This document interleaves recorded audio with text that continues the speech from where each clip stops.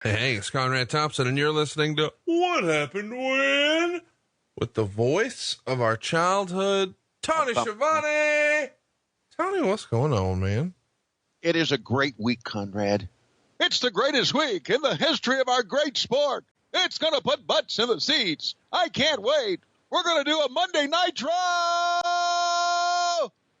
from Las Vegas. I'm pretty excited about this one, and I know you are too, because this is what's commonly referred to as the Kiss Nitro. It's August 23rd, 1999. Can you believe it's been 20 years, bro? I can't. I cannot believe it's been 20 years, because you go back and you watch it, and once you watch it again, you think, well, that just happened yesterday. These guys were just in the ring yesterday. And then, of course, you take a look at how some of these guys look today, and you think, wow, some of them aged well and some of them didn't age well. Hey, I do want to say this, that this was called the Kiss Nitro, right? Yeah. As you said. Yeah.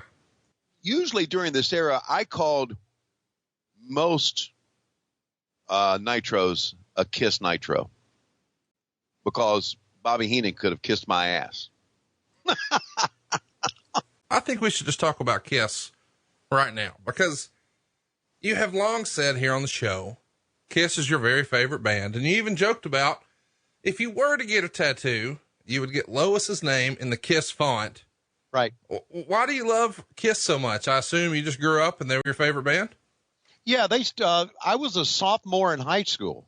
All right. So this is how old I am. Sophomore in high school when Kiss debuted their first album, 1974. And it was something about the face paint. I don't know what it was. And it was good rock and roll. You know, I liked AC/DC a little bit later, you know, after in the 80s and everything. But Kiss was my the first real rock and roll band that I loved. I mean, I loved Chicago too. I was just a child of the 70s, Conrad. So, and I was always drawn to Gene Simmons and that mysterious look that he had, and just loved their stuff, man. And then of course, when they started, doing things for us, we got to go to some of their shows. I got good tickets backstage, got to meet them, and it just rekindled my love for them once again. So talk to me about meeting them. There's the old cliche, to never meet your heroes. Right. Right. How did that work for you? It worked great for me. Now, Vince Russo had a little problem, because he wanted them to do an interview with him, and they didn't have time to do that. And Vince was really pissed off at Gene Simmons, because Gene's the leader of Kiss. I mean, he and Paul Stanley are Kiss, but he's kind of the leader of Kiss. And I remember waiting backstage, and we were waiting backstage, and he was going to do this interview with Russo, and then they didn't have time to do it because they were busy, and Russo was like really pissed off. And this was during a Kiss concert. This wasn't one of our shows. It was during a Kiss concert. They didn't have time to do it, and so they really pissed him off. But Gene was always nice to me. He came and he toured the WCW facilities back when we had a pretty decent facility, and took his picture with me and put his arm around me and talked to me. And I mean, he was a big shot and he acted like a big shot, but he was very nice to me. So my feelings, being able to deal with him were pretty good. However, I do need to say this. Then I remember Gene Simmons without the pain in the 80s, and the Gene Simmons in the 90s did not look anything like the Gene Simmons in the 80s. He had aged quite a bit. And I think that was the magic of Kiss. That the paint kept them from aging? Right. Yeah. That's smart if you think about it. Because when I saw them without their paint, I went, right before the show that we're getting ready to do in Vegas, when I saw them without their paint, I went, holy shit, they look rough. So, low key, the best or the smartest announcer in the business might be Excalibur, because he wears a mask. He'll never get old. I would think that's a good analogy right there.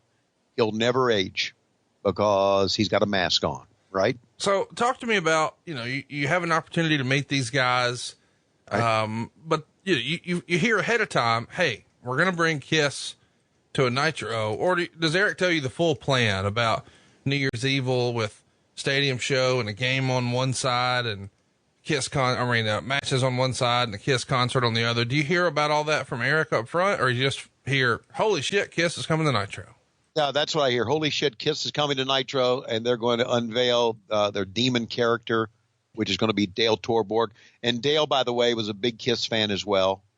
And I heard that, and I remember going to Craig Leather, story I think I've recanted before, but I went to Craig Leather. I said, I would love to introduce Kiss. And he said, I'll see what I can do. So he went to him apparently. And then he came to me and he had it written on a card or on a piece of paper, probably a piece of paper. And he handed me that and he says, okay, you can introduce them, but here's how you have to do it. And I said, I don't need that because I know how to introduce Kiss. You wanted the best. You got the best. The hottest band in the world, Kiss. And that's how they always introduced it. And when they first came on back in the 70s, the hottest band in the land, Kiss. But then they changed it to the hottest band in the world, Kiss. So I knew how to introduce them, and I was ready to do it. And, of course, it happened on TV, but it didn't happen in the arena because they forgot to pop me up, and I was really pissed off about that. So my big chance introducing Kiss happened but didn't happen, and they didn't get the cue, and somebody down on the floor had to say, start playing. So it's even in your most happy non-wrestling moment of your life, WCW got a WCW. Yes, we WCW'd it. We sure did. So talk to me a little bit about, when you find out that they're going to be there, what's protocol for Tony Schiavone in this era? These days you hear guys say, oh, I can't ask for pictures with somebody, or I'm not getting an autograph. Do you bring any of your friends or family to meet them? Do you get a picture? Do you get an autograph, or are you trying to be professional and just leave them be? Yeah, I was professional, leave them be. I didn't ask for an autograph. And I just did not, I was not the autograph type. I've never kind of been, can I have your autograph? Right. I'm just not like that. So, I walked out and they said, Kiss is going to rehearse. So I walked out, the boys walked out, we watched them rehearse. We watched the Demon walk out, and they were without their makeup.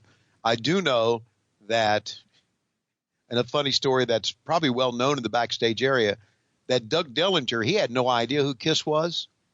And he tried to throw Ace Frehley out of the backstage area thinking it was just another guy in the backstage hanging out. Oh my God. Can you imagine? Yeah. That's amazing. Yeah. And Frehley was like, Frehley went ballistic. And Doug said, well, I don't know who these guys are. And I told Doug, I said, you don't know who they are? He said, I wouldn't know who they are with their paint on. I said, Jesus Christ. Well, they got that smoothed over, but that was pretty crazy.